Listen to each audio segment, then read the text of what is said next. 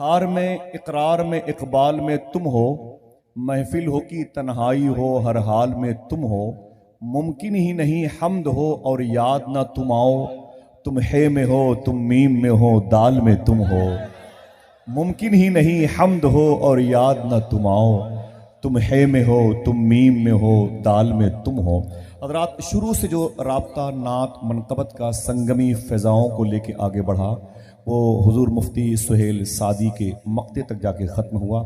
तज़मीन बरकलाम आला हज़रत, बहुत ही खूबसूरत तरीके से कलाम का इंतखाब, और उसके बाद मुफ्ती सुहेल सादी बारगाह सरकार मसूली की अजीम खादिम और शायर दरबार मसूली का कलाम पढ़ा मेरे भाई ज़ाकिर इस्माइली ने।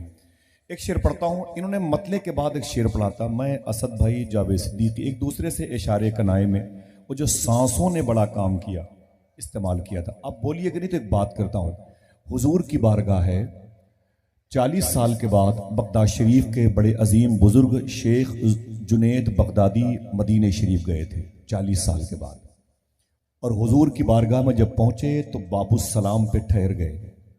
जरा हाथों को उठा के बताएं पहले कितने लोगों ने मदीना शरीफ देखा है? इस महफिल में जो बैठे हुए हैं कितने लोग हैं जो मदीना शरीफ देखे हुए? माशाल्लाह। अच्छा, कितने लोग देखना चाहते हैं वो हाथों को उठाएं। माशाल्लाह, सुभान अल्लाह। अल्लाह हुजूर गौस पाक के सदक़े में सबको ज़ियारत का शरफ अता फरमाए। असद में एक शेर पढ़ता हूँ, मुफ्ती साहब क़िबला के कदमों में सर रखता हूँ। आपके हुक्म से ए काश मदीने में रहे। अभी ये करम है, नात की बरकतें हैं। तकरीबन 9 या 10 दिन के बाद मदीने शरीफ का सफ़र है। आप दुआ फरमाएं इंशाअल्लाह। हुजूर की बारगाह में हाज़िरी है। अजीब शान है गौस पाक की। 9-10 दिन पहले आपके कदम की बरकतें हैं। 9-10 दिन पहले बगदाद शरीफ से वापस हुई और 9-10 दिन के बाद मदीने शरीफ का सफ़र है। एक शेर पढ़ता हूँ अपने इन बड़ों के जिनकी जूतियाँ मैंने अपने सर पे रखी हैं। आपके हुक्म से ए काश मदीने में रहे। आवाज़ पहुँची है? शुक्रिया। आपके हुक्म से ए काश मदीने में रहे, मेरे सरकार मेरी लाश मदीने में रहे। आपके हुक्म से ए काश मदीने में रहे, मेरे सरकार मेरी लाश मदीने में रहे। आपके शहर से जब आऊं तो मेरे माँ बाप मुस्कुरा कर कहें शाबाश मदीने में रहे। आपके शहर से जब आऊं तो मेरे माँ बाप मुस्कुरा कर कहें शाबाश मदीने में रहे। आपके हुक्म से ए काश मदीने में रहे, मेरे सरकार मेरी लाश मदीने में रहे।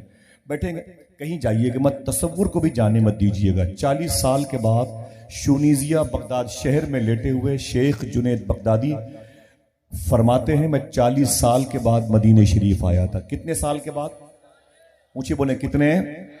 फरमाते हैं, जब मैं बाबू सलाम पर पहुंचा तो मैंने अपनी सांसें रोक ली।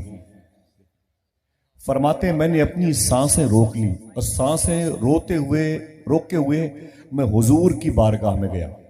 सांसें रुकी हुई थी, आंसुओं से वो हुजूर की बारगाह में सलाम पेश कर रहे थे और अपनी शफात की भीख मांग रहे थे। थोड़ी देर के बाद फिर वापस पलटे, अभी तक सांस नहीं ली।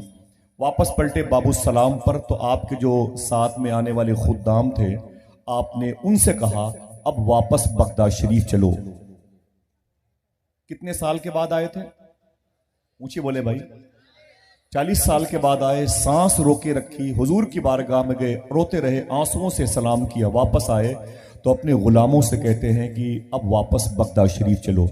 तो गुलामों ने कहा हुजूर 40 साल के बाद आए हैं, इतनी जल्दी वापस चले? तो शेख जुनेद बगदादी कहते हैं, मैं 40 साल तक यही सीखता रहा कि हुजूर की बारगाह में हाजिरी कैसे दी जाए। जब सीख चुका तो मैं दरबारे मुस्तफ़ा में आया।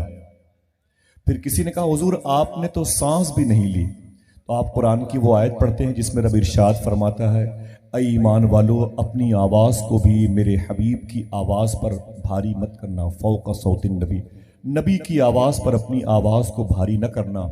तो शेख जुनेद बगदादी रोने लगे, बोले रब ने फरमाया कि अपनी आवाज़ को मेरे हबीब की आवाज़ पर भारी मत करो, गालिब मत होने दो। तो मैंने अपनी सांस भी नबी की सांस पर भारी नहीं होने दी। तब अपने वक्त का एक अजीम आशिक शायर कहता है, अदब गाहीस्त जेरे आसमां अज अर्श नाजुक तर, अदब गाहीस्त जेरे आसमां अज अर्श नाजुक तर, नफस गुम कर दमी आयत जुनेदो बायजीद ईजा। ये दरबार मुस्तफ़ा है जहाँ बायज़ीद बुस्तामी और जुनैद बगदादी जैसों की सांसें उखड़ी हुई हैं। मैं मुबारकबाद पेश करूँगा। इस मुबारक मजलिस में उस बारगाह नूर का तस्करा हुआ है। ज़रा हाथों को उठा के दुआ करें, अल्लाह इस नात के सदक़े में इस मजलिस में आने वालों को दरबार मुस्तफ़ा की ज़ियारत का शरफ अता कर दे। जितने लोग यहाँ पर बैठे हुए हैं अल्लाह सबको बारगाह मुस्तफ़ी की हाज़िरी की तौफ़ीक़ अता फरमाए। आप नात पढ़ा करो इंशाअल्लाह। बोले सिर्फ यहीं शोरा से नात न सुना करें, अपने घर जाएं तब भी नात पढ़ा करें इंशाअल्लाह। सोते वक्त चारपाई पर हुजूर की नातें पढ़ा करें, दस्तरखान पर बैठ के हुजूर की नातें पढ़ा करें इंशाअल्लाह। आपको मालूम है हुजूर मुफ्ती ईसा साहब ने इशारा फरमाया, मैं उनके इशारे की रस्सी पकड़े हुआ हूँ। एक बात कह के मैं फिर आपके कदम के नीचे बैठता हूँ। उमर फारूक आज़म का नाम जिसने जिसने सुना है वो उनके नाम पे सुभान अल्लाह कह दे। उमर फारूक आज़म का नाम, मेरे आका फरमाते हैं जब कभी नेकों की बात करना तो उमर की बात ज़रूर करना। अल्लाह अकबर अल्लाह अकबर।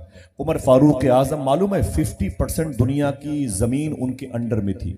इस वक्त 245 मुल्क हैं, तकरीबन 1000 से ज़ायद जजीरे हैं, 300 से ज़ायद वो जजीरे हैं जहां आदिवासी बगैर लिबास के रहते हैं, वो हिंदुस्तान में। इसके बाहर हज़ारों ऐसे इलाके हैं, जजीरे हैं, गैर आबाद वो लोग हैं जिनके जिस्म बगैर लिबास के नज़र आते हैं। 245 मुल्क हैं, इसमें कुछ छोटे बड़े छोटे छोटे इलाके भी शामिल हैं जिनको एक मुल्क का नाम दिया गया। अगर इसको आप डिवाइड करोगे तो 125 बनते हैं। तकरीबन 125 मुल्कों पर अपने वक्त में हुकूमत करने वाले उमर फारूक आज़म है। रातों को अपना होलिया बदल के मदीने शरीफ की गलियों में टहलते थे। सुभान अल्लाह। एक दरवाजे से आवाज आई तो आपने दरवाजे पे दस्तक दी, अंदर से एक औरत की आवाज है, कौन? तो उमर फारूक आज़म कहते हैं मैं उमर। अंदर से औरत की आवाज थी। उमर फारूक आज़म कहते हैं मैं उमर फारूक आज़म। अंदर से आवाज आई उमर फारूक आज़म तो मुसलमानों के बादशाह का नाम है। उमर फारूक आज़म रो के बोले नहीं, उमर फारूक आज़म मुसलमानों के बादशाह का नहीं, मदीने वाले आका के फ़कीर का नाम है, हुजूर के दरबार के गुलाम और नौकर चाकर का नाम है। ऐ औरत दरवाज़ा खोल। उस औरत ने दरवाज़ा खोला। उमर फारूक आज़म ने सलाम किया, घर के अंदर दाखिल हुए। रात के आखिरी हिस्से में उस औरत से मुलाकात करके एक सवाल करते, ऐ औरत, अहले मदीना सो रहे हैं, मदीने के लोग सो रहे हैं और तू क्यों जाग रही है? बता तो सही, तेरे जागने का मकसद क्या है? तो उस औरत ने कहा, ऐ उमर, मैं अपने बिस्तर को सिल रही थी, बिस्तर टाँक रही थी। समझ गए? बिस्तर अपने तरतीब में सिल रही थी। उमर फारूक आज़म ने कहा, ना ना ना ना, जो आवाज़ मैंने बाहर सुनी है वो आवाज़ बिस्तर के टाँकने की नहीं है। बोल सच बता, तू क्या कर रही थी? उस औरत ने कहा, ऐ उमर, मैं बिस्तर भी सिल रही थी, हुजूर की नात भी पढ़ रही थी। मेरी माँ बहनों, तुम्हें रब ने बुलाया है। यही अजीम आप शायरों को देखना चाहती है वो ना, जो चीज़ ज़रूरी है वो ये है कि इनकी आवाज़ को अपने दिलों में समो, अपने बिस्तर पे नबी की याद में गर्क रहो, अपने बच्चों को आशिक रसूल बनाओ। समझे? अपने हुजूर ने मौला अली से कहा था, ऐ अली, सबसे पहले अपने बेटों को मेरी मोहब्बत सिखाना। ख्वाजा कुतुबुद्दीन बख्तियार काकी के मुरीद बाबा फरीद गंज शकर, जो लाहौर पंजाब साहिवाल से 45 किलोमीटर, लाहौर से 250 किलोमीटर के दूर पे फासले पर आराम कर रहे हैं, ख्वाजा फरीद गंज शकर अपनी माँ से कहते हैं, मेरी माँ, तेरा बेटा फरीद इतने बड़े स्टेटस पर है कि जो इसे देखता है वो कलमा पढ़ लेता है। तो माँ ने कहा, ना मेरे बेटे, इसमें तेरा कोई कमाल नहीं है, मेरा कमाल है। तो फरमाते हैं बाबा फरीद, मेरी